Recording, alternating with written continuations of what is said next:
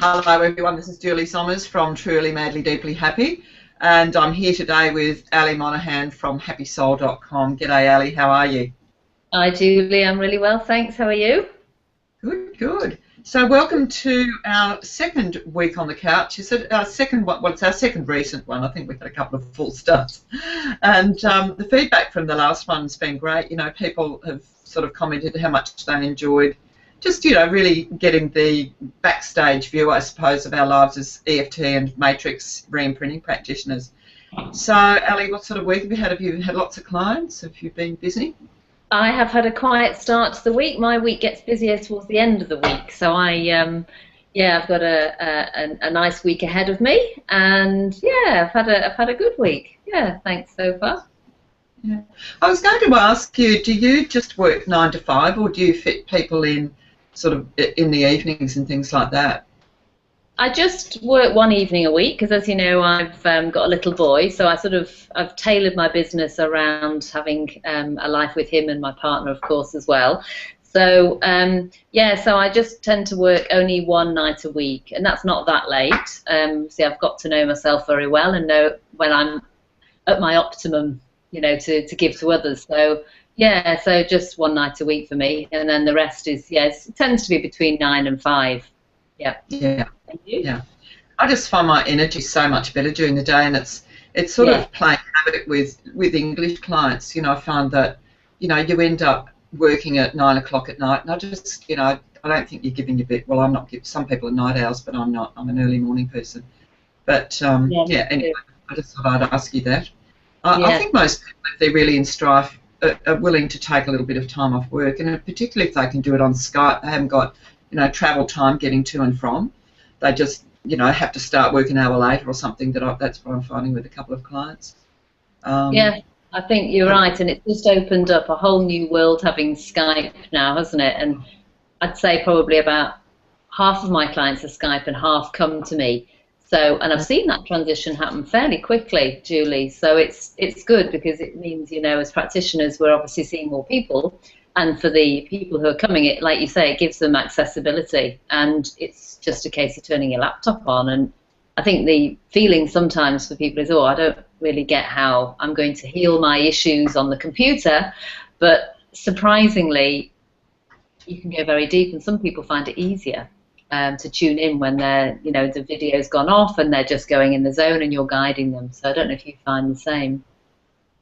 Yeah, definitely. And I think that particularly for problems like agoraphobia, where people really find it hard to leave their houses, it's a godsend, you know, because they can actually, you know, I never kept sometimes I had one client in their pajamas. So I think if you're in a space like that where you're finding it hard to leave the house, or your anxiety is so acute, or even just the thought of, you know, trying to find a new place and going to an unnatural, you know, a new environment, can be quite daunting, you know, if you're in that frame of mind. So it's great for that, but it's also great because you can work with people all around the world, and I think it's fabulous, you know, that I can work with someone in Thailand or New Zealand or Vancouver or whatever, and you work with a lot of like when you said that you have people, they come to your home office, don't they? Yes, that's right. Yeah, so like you, I'll Skype people worldwide, but I also have people within Sydney area. So some people are literally, you know, around the Northern Beaches, which is where I live, and some people will make an effort and travel an hour to come and see me because they actually want that one-on-one and that human contact. And sometimes I find that's really important, especially if somebody's had a lot of trauma, just to ensure you can keep them really safe, and that some people just really need that person to be there. But yeah, I think when people are really ready and committed to let go of things that aren't serving them, they will do whatever they need to do to make the effort to either see you by Skype or come to your home. Yeah. That's right. And I think, you know, a technique's a technique, and it's going to work on Skype, or it's going to work if you're sitting in a lounge room with someone, or it's going to work when you're sitting in, you know, someone's rooms. And as you say, you know, some people need that more intimate, like one-on-one. It's just great to have all the options, isn't it? Modern technology, yay! Let's let people know about what's been happening. So Yeah. Yeah, so I thought that might be nice this week, because I think last week you enjoyed listening to about the retreat, and we talked a little bit about challenges of eating disorders, and maybe we can continue that another time. But perhaps you'd like to share one of your clients this week on the couch. Yeah, and I want everybody to understand that we have full permission to do this. I don't want everybody thinking, oh my gosh, I'm going to turn up on the couch. I'm going to recognise myself and freak out. So, no, we have full permission. And some people say, oh, no, not really. And some people say, yeah, sure, if it's going to help someone else. So this particular woman that I'm going to talk about today is a 57-year-old and woman. And when she came to me, and she had 8 sessions. And I remember her well because she was just, when we first talked on Skype, she could not look at me. She was so down, and getting out of bed in the morning was an effort. And she said, I asked her, you know, to share what was happening with her. She said, I feel as though I've shut down and that I'll never be able to get started again. And seriously, I'll show you. This is kind of what the first session was. Wow. And I could feel her pain incredibly. I thought, whoa, you know, this is going to be, you know, not a challenge, because that sounds like she was a lost cause. I don't believe anyone's a lost cause. I think we're all okay. You know, we've just got layers on top that need to be peeled off. Just, you know, you're intact already inside. And I think a lot of people think they're beyond it. And I think she was pretty much thinking that way too. And so I asked her in the first session, you know, what she was feeling, and then I asked her how she would like to feel. And as with everyone, I don't know if you find this, Ali, she spent the next 10 minutes telling me how she didn't want to feel. Yeah. And I always find that, because what you focus on is what you get more of. And I'd always ask it, and I always get the same reply. And it's, well, I don't want to feel like this, and I don't want this to happen, and this is what, you know, this is what's happening, and I don't want that to happen. And I said, okay, now that you've told me what you don't want, can you tell me what you do want? She really grinned. That was, you know, and she looked a bit surprised, though, like she was getting into trouble. And I said, absolutely not. I was just trying to make a point of where your how we need to shift that focus, that simple thing of shifting it from there to there. Well, it sounds simple, but that's where EFT comes in. I said, we're going to gradually shift your focus across to this side, so that you can really be in the moment with what you do want as often as possible. And so then she proceeded to tell me what she did want, but that took a long time. And she said, oh, I don't know. I don't know really. And that's the whole thing. If you don't know what you do want, then you're never going to get it. And sometimes you don't know what you do want, and you have to do EFT to discover that. And so we started off with the tapping sequence. Even though I don't know what I do want, I've been so focused on what I don't want, I'm still a beautiful woman doing my best. And you know, so we gradually sort of worked through. In the first session was basically about shifting her focus to what she did want. And as simplistic that sounds, I'd like to ask anyone out there who is in the mire of, you know, the doldrums, to just spend a little bit of time doing that. And the resistance will be that you'll be wanting to taken back to focusing on everything that is not going the way you want it to be, because that's the pattern in your mind. That's what you've been doing, and we kind of get in this holding pattern, like a plane. You know, we're just on this thing where we just keep going round and round and round, and we never kind of land. It's just like we can't get our wheels to come down so we can really, you know, get to the place we want to be. How's that for an analogy? That's beautiful. I think you explained that so well. And you know, if I was somebody who didn't know much about EFT, I would really get that, what you're saying. And I think it's really encouraging to remind people who are starting out using tapping on themselves as well, because often they'll hear you or another practitioner talking, and they'll think, well, I can't remember what to do. And it really is starting with the basics sometimes, like you said, and pulling it back to the beginning, which is, even though, because some people turn up and they go, I just don't know where to start. So, like, you know, you'll start with, even though I don't even know where to begin. I deeply love and accept myself anyway, or I'm open to loving and accepting myself, because often people aren't at that stage. But it's pulling it back to the simplicity, isn't it, of where you're at in that moment. And like you said, by doing that, you start shifting things that have been set in a certain way to allow other things to come to the surface. It's a really good point, Julie. Yeah. Absolutely. Thanks, Al. I'm afraid I've realised I have my washing machine now going in the background. I'm sorry, viewers, if you can hear it. It should stop in a minute. Well, I've got my clothes dryer on. I forgot to switch it off. There's probably a positive sound that people are getting when they're listening, but that, you know, we're totally unaware from, because, you know, we're washerwomen today. Yeah. Nothing like getting up early and getting cracking. I was really interested with this lady. I've got to find a name for her. I'll just call her X. Okay. I was really interested that after we had an initial session before she signed up for 8 sessions, yes.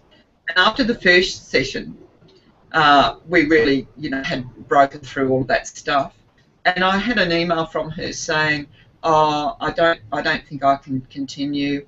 The car's broken down, and I have to spend my money on that."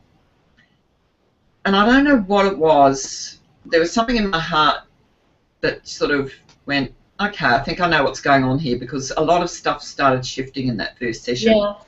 And, you know, sometimes, as weird as it sounds, you know, human beings just like to stay where they are, even though it's really painful. But at least it's a known feeling. It's a known sort of familiarity, even if it's a crappy one. So she'd stepped out, and I think she got scared. That was my gut feeling. So I emailed her back and I said, "I'm happy to work with you just until you know, you can pay me when you like, when you get your finances together." And she emailed me back and she said, "Oh, thank you so much." And what I ascertained is, when we got into the next lot of sessions, she said, "I just really didn't want to do it. I was really scared." And I said, "I know."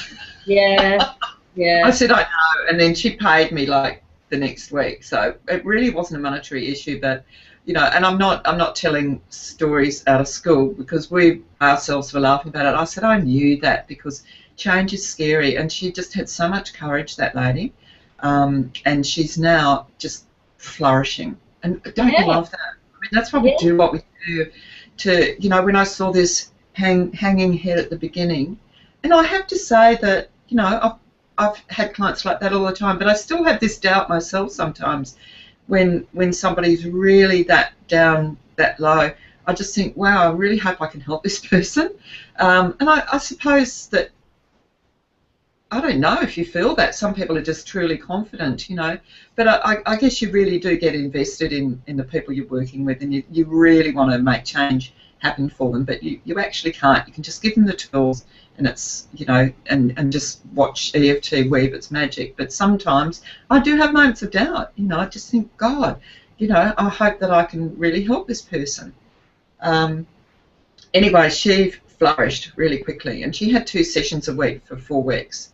So it was really full on, and she was really committed to, you know, doing all the work in between that I'd set her, which was basically very, very simple. It was saying a simple meditation before she got out of bed in the morning, and that was just breathing in for 4, out for 4. On the in-breath you say, "My name is," and on the out-breath you say, "And I'm enough." And it's just a very simple meditation just to get them into that mindset, because it's basically just gradually shifting the mindset. And you do it in 2 ways. You do it what you're focusing on, and that's like the conscious mind, but you've also got to work on the subconscious mind, which is the part of us that runs the show, basically. It's all the old core beliefs that we have about ourselves that dictate behind the scenes what's going to happen before we've even got a moment to think about it. So that's where the EFT comes in. But I think you can do a combo of both. You know, I actually like giving clients just a tiny bit of homework, you know, and just saying, okay, shift, you know, set a timer on your phone, and for every 2 hours. And when it goes off, just ask yourself if you're being present, and if your thoughts are focusing on good thoughts, or if they're going backwards and you know, worrying about the past or feeling anxious about the future. Just try and bring yourself back into the present moment. I think I'm a big girl for timers. I love timers. Because I think that it's a great way just to remind ourselves, you know, to chip away and bring us back. So in the sessions we released a lot of core beliefs that she'd had. One of them was her husband, who she'd separated from, had said, "You'll never survive without me. You'll never make it without me." And that was really big. You know, when somebody says something like that, you tend, if you start to believe it, you'll live into it and you'll make it true. Yeah. And we worked a lot on that. She had 3 teenage sons, and one of them was a special needs one. So, you know, she had a lot on her plate. But what happened throughout those sessions is basically making herself fall back in love with herself exactly as she was. Exactly as she was. Not, I'll fall back in love with myself when I've got my life right, you know, never. I mean, whose life is ever perfect? And so really reassuring her that she was doing her best as a mother, that she'd done her best as a wife, that she was doing the best in her depression that she had, and that she was very brave taking steps. So she started to sort of do this to herself and, you know, treat herself like she would if she was caring for a child, and, you know, just talking in a more kind fashion to herself. And I think none of these things, when you read these things in a self-help book, they don't work, to me, without EFT. You've got to work on the inside, and most people try and change on the outside, you know, but how many people make a decision of, including myself, of wanting to change, and then a week later they're back to where they started, and then that rolls into months and it rolls into years. EFT is a way to clear out the reasons why we do what we do, you know, and deal with that shadow personality and all of that that gets in the way of what we really want. So anyway, this lady ended up being just so free and so excited about life again. And she actually enrolled in a course about 6 weeks into, 6 sessions into our course together. She enrolled into a course that she'd been wanting to do and been putting off for years. And that was so exciting because, and she's finished that course now, and she's doing really well. I just love it. And we stay in touch, you know, it'll be the odd message on Facebook, you know, how you're doing. And so that's always thrilling. So I haven't gone into a lot of the detail because I just find that I do want to protect people I'm working with, and if you give away too much detail, it's kind of intrusive. But you can get the overall picture, can't you? Did you get the overall picture? I think, again, it's a very important point, because I would also like to reassure, you know, my clients, because it would be a little unnerving, wouldn't it, to think, oh, you know, I'm going to, you know, discover that was me last week. So I think what we're trying to do is, what our aim is, isn't it, is to provide a platform for people to see that they can recognize themselves in these clients and go, okay, well, maybe I can also feel happier and brighter and more at peace. So yes, we're not about divulging into all the details, because that just wouldn't be, that's just not us anyway. But I totally got the flavor of how that went with your clients. And I liked what you said as well about she just felt, I think you said she felt more at peace or just happier with herself. And I think that's ultimately what it's all about. In my experience working with clients over the years, that it predominantly comes down to appreciating yourself, taking care more of yourself, and the world sort of recognizes that and gives that back to you as well, in all shapes and forms, in relationships, in your career, in every interaction in the world, really. And I think also just something else I wanted to touch on about the peace is, I don't know whether you find the same, but very often after a session, you know, I won't ask too many questions about, oh, how you're feeling now, because sometimes people take a while to integrate, but of course you check in. And mostly what I find is what people will say is, I actually just feel lighter. You know, I can't really put my finger on it, I just feel like lighter and more at peace. And of course the issues that they're coming with are further away. So it's like that distance that we're creating when we're letting go of the stuff that's in the bucket that's been overflowing. That's the result, isn't it? That actually are just not focusing on those things as much, and perhaps focusing on what you do want, which is what you were saying earlier. It's very simple, isn't it? And I think I'm so grateful for the technique, and I think it's just one of the most amazing tools I've ever experienced in my life. And I know also that I think on another session we'll talk a little bit more about the difference between Matrix and EFT, because they're both using the tool EFT, aren't they? But they're quite different. Absolutely, and I think people want to run a mile when they hear with Matrix, so with some sort of but you know, it's basically just re-visualising an event that happened, just rewriting it in our minds. You know, visualisation is a beautiful tool, and so anyway, yeah, I think we should talk about that next week. I know, apart from washing machines and clothes dryers, we've now got planes going over. Oh dear. So I think we might wrap it up there this week, Ali. You know, that was I like to keep this short and sweet because people are busy, and I think so. I think maybe the feedback would be good to know whether people like the short and the sweet, or I mean, I suppose it depends on what we're talking about, really. Sometimes it's impossible to just make it very short, but we want to make it accessible for people to actually sit down and go get a cuppa and just listen to real life scenarios, really, and how that they might be helped themselves. Exactly. So, guys, if you want to check out either of our websites, there's all sorts of bits and pieces. Like Ali and I are quite different. Like she does a lot of retreats, and she's got a tapping group on the northern beaches of Sydney. And you know, you're probably a lot more sociable than me. Whereas I'm more just like online courses and things like that, and one-to-one like you are too. So Ali's website is happysoul.com, and that's with an I, so it's HAPPI, soul.com, and mine's truly madly deeply happy.com. And we've both got bits and pieces, and we've both got free stuff on our website, so you know, go and have a nosy and see if there's something there for you. And I think we might wrap it up, Ali. So it's bye-bye from me, and and it's bye-bye from me. Sounds like we're running. Yeah, we'll see you soon, and to everyone, hope you have a great week, and Ali, we'll catch up soon. Definitely. Thanks, Julie. Bye.